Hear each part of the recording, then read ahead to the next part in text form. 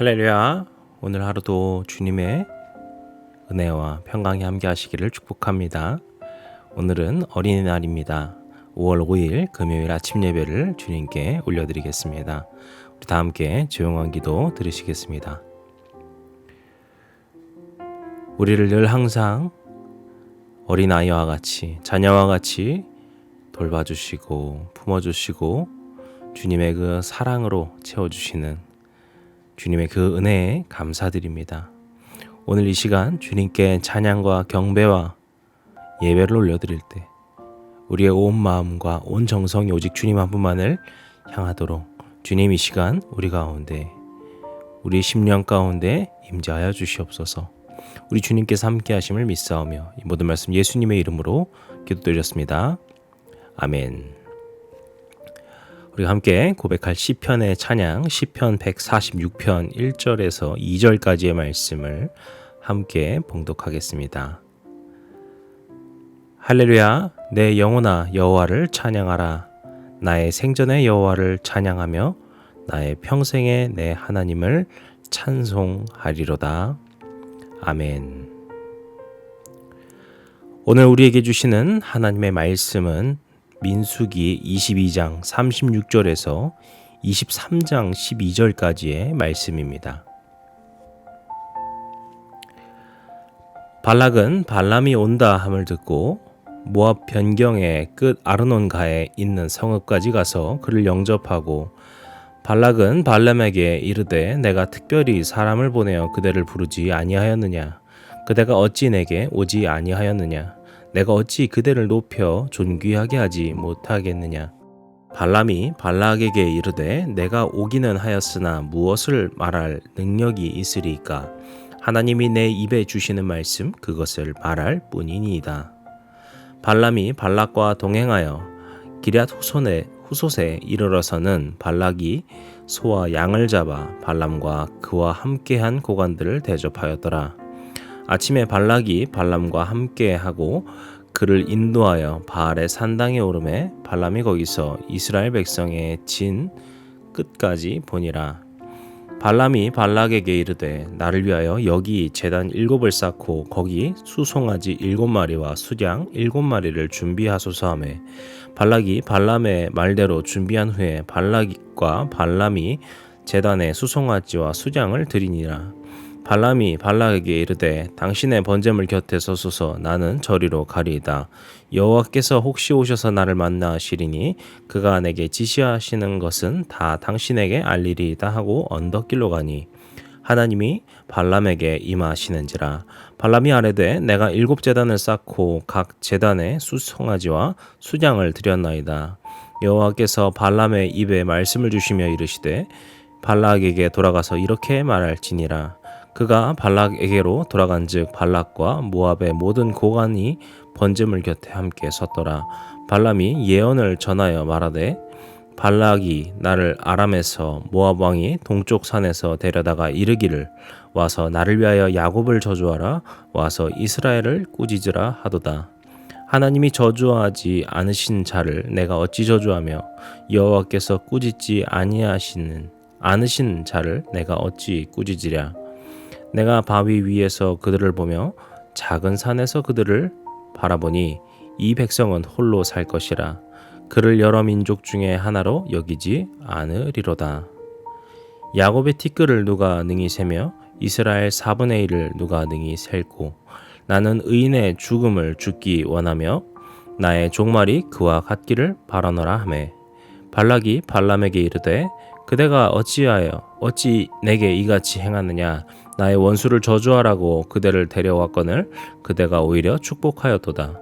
발람이 대답하여 이르되 여호와께서 내 입에 주신 말씀을 내가 어찌 말하지 아니할 수 있으리까? 아멘. 우리는 어제의 말씀을 통하여서 참 재밌는 사건을 보았죠. 그것은 발람이 겪었던 일이었는데요. 발람이 이스라엘을 저주하려고 발락에게 가고 있는 그 길에 그 천사가 그를 막고 있었죠. 그 나귀가 천사를 보고 도망을 치다가 도망을 치다 안 돼서 결국 이 발람을 향해 말까지 하게 되는 신기한 사건이 어제 있었던 일입니다. 그렇게 하나님의 천사를 본 발람은 이제 회개하고 이스라엘을 저주하지 않겠다라고 합니다. 그런데 여기서 천사의 행동, 그 명령이 좀 재밌는데요. 오히려 발락에게, 그러니까 그 저주를 하려고 했던 그 장소에 가라고 하는 것이죠. 어째서 그렇게 하는 것일까요? 그냥 저주하지 말고 이제 너 돌아가라 이렇게 하면 될 것 같은데 왜 그곳에 가게 했는가? 그 이유를 알 수 있는 것이 바로 오늘 말씀부터 이제 며칠 동안 우리가 나눌 말씀이기도 합니다. 그것은 이제 발람이 하게 될 예언들에 대한 것이죠. 아무튼 말씀을 보게 되면은 발락은 발람을 영접하면서 아주 기뻐하며 맞이합니다. 37절, 40절 그리고 또 많은 구절들에서 보시면은 발락이 얼마나 이 발람이라는 사람을 귀하게 여기고 있는가를 보여줍니다. 36절에도 보시면은 그를 영접하고 37절에서는 내가 특별히 사람을 보내어서 그들을 부르려고 했는데 어찌 오지 않았습니까? 내가 당신을 존귀하게 하고 싶었는데 왜 못하게 했습니까? 이런 식으로 아주 귀하게 여기고 있습니다. 또 40절에 보시게 되면은 소와 양을 잡아서 발람에게 대접하면서 그를 아주 극진히 모시고 있는 발락의 모습을 볼 수 있죠.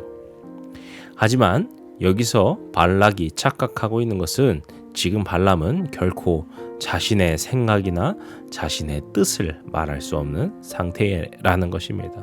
그는 지금 천사의 칼을 보고 죽을 위기에서 벗어난 사람이고 그렇게 그 천사의 명령을 듣고 온 것이기 때문에 그는 자신의 생각대로 자신이 바라던 대로 말씀을 전할 수 없는 상태였죠. 그래서 41절을 가시게 되면은 발락이 발람과 함께 그 바알의 신당에 오르게 되는데요. 여기서 발람이 이스라엘 백성의 진 끝까지를 보았다라는 이야기가 나옵니다. 아마 그 모습을 보고 있는 발락은 이런 기대를 했을 것 같습니다. 그래, 그 이스라엘의 진 끝까지를 당신이 잘 보시고 그 이스라엘 그 모두들을 하나도 빠짐없이 잘 저주해 주십시오. 꼼꼼하게 저주를 해 주십시오. 이런 바람을 갖고 있었겠죠.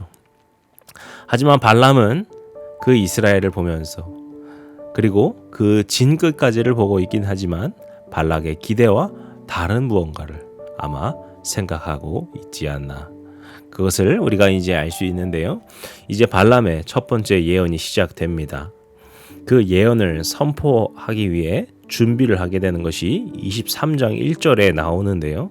우리가 이 부분은 한번 좀 짚고 넘어가야 할 것 같습니다. 여기서 7제단을 쌓고 그리고 7 송아지 그리고 양을 잡았다 이런 이야기가 나옵니다.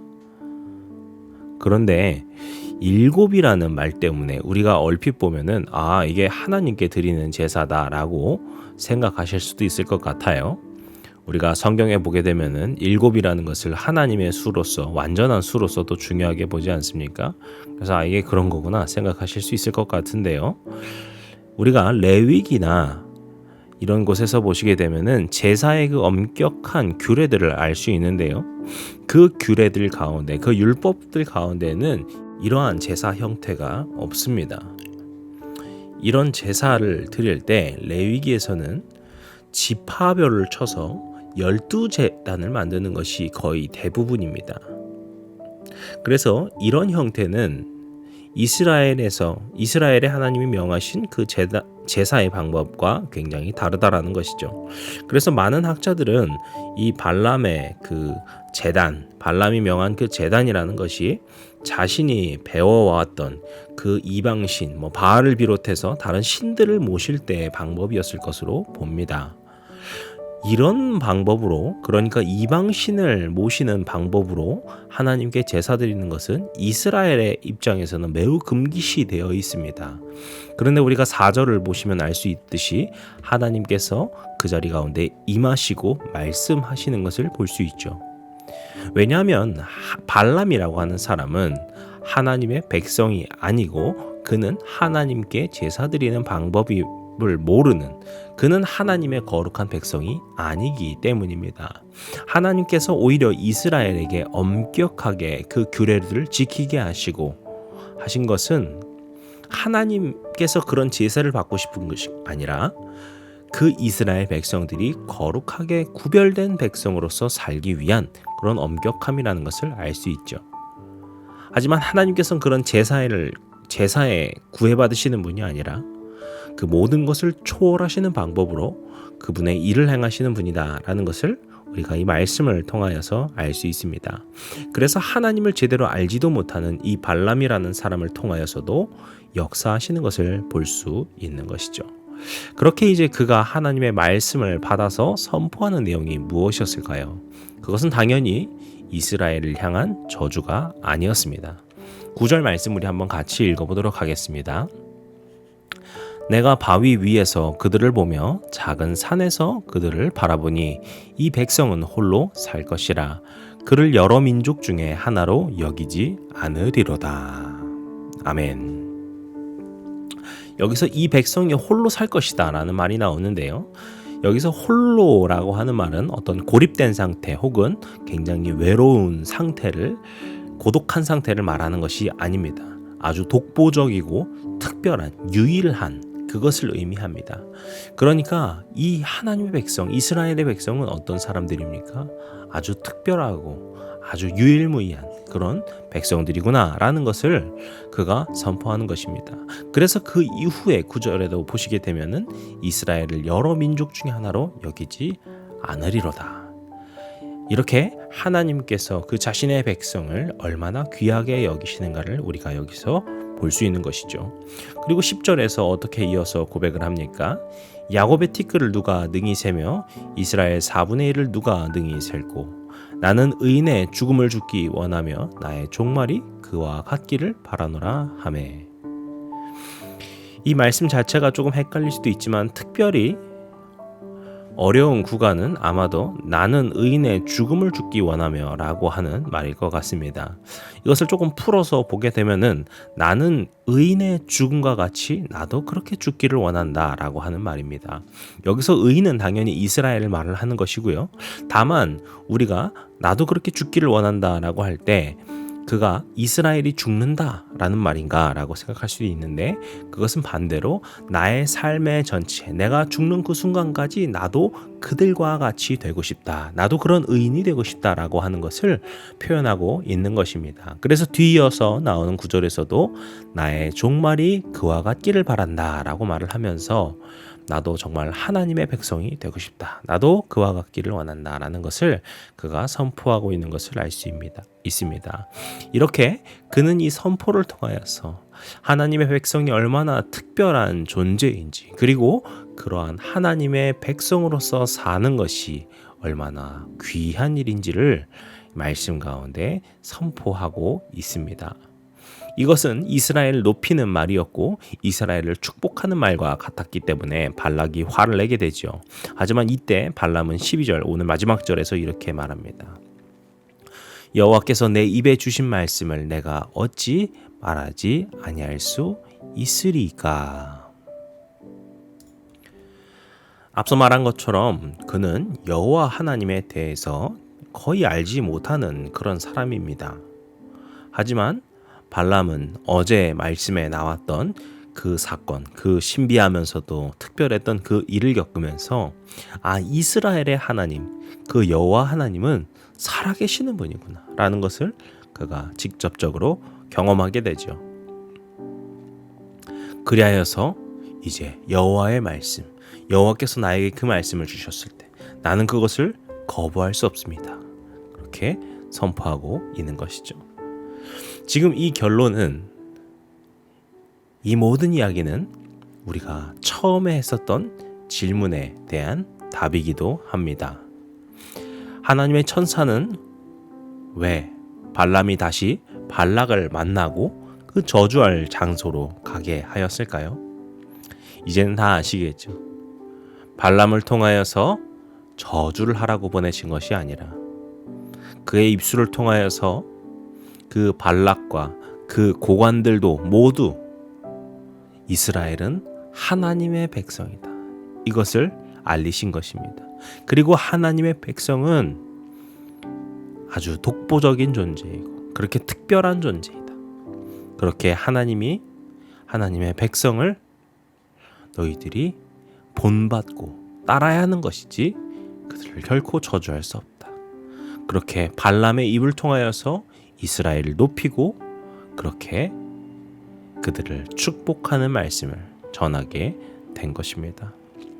저는 오늘 말씀을 이렇게 묵상하면서 우리가 하나님의 백성이라는 것이 이런 것이구나 라는 생각이 듭니다. 하나님께서 우리를 얼마나 귀하게 여기고 계시는가, 하나님께서 우리를 얼마나 소중하게 특별하게 여기고 계시는가, 이것은 당연히 저뿐만이 아니라 지금 오늘 말씀을 묵상하시는 예림의 모든 성도님들 그리고 주의 모든 성도들을 그렇게 주님께서 귀하게 여기시는 줄로 믿습니다. 그리고 그 주님께서는 우리를 향한 그 사랑과 그 아끼시는 마음을 쉬지 않고 내비치시는 분이시고 그렇게 큰 축복과 은혜를 베풀어 주시고자 늘 우리를 향한 그 사랑을 보내주시는 분이십니다. 오늘 우리가 이 말씀을 기억하면서 어린이날을 생각하면서 우리의 자녀들을 또한 이렇게 축복할 수 있었으면 좋겠고요. 또 우리 자신을 주님 앞에서 하나의 어린이가 되어서 주님, 제가 주님의 자녀로서 살아감이 얼마나 기쁜지 모르겠습니다.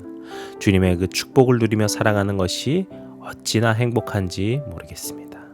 주님, 그 은혜에 감사드립니다. 이러한 고백을 가지고서 오늘 하루를 살아가시는 복된 삶이 되시기를 주님의 이름으로 간절히 축복합니다. 기도하시겠습니다.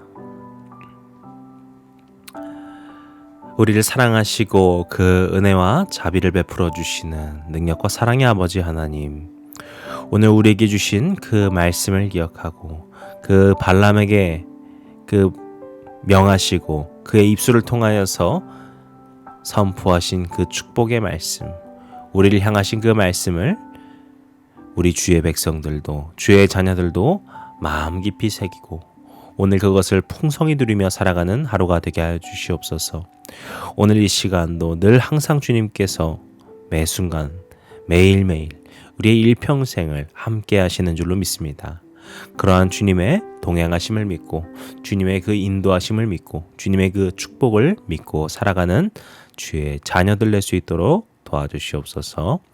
오늘도 내일도 우리와 늘 항상 함께 하실 우리 주님 예수 그리스도의 이름으로 기도드렸습니다. 아멘. 이제 우리 주기도문 함께 들으시고 오늘 아침 예배를 마치도록 하겠습니다.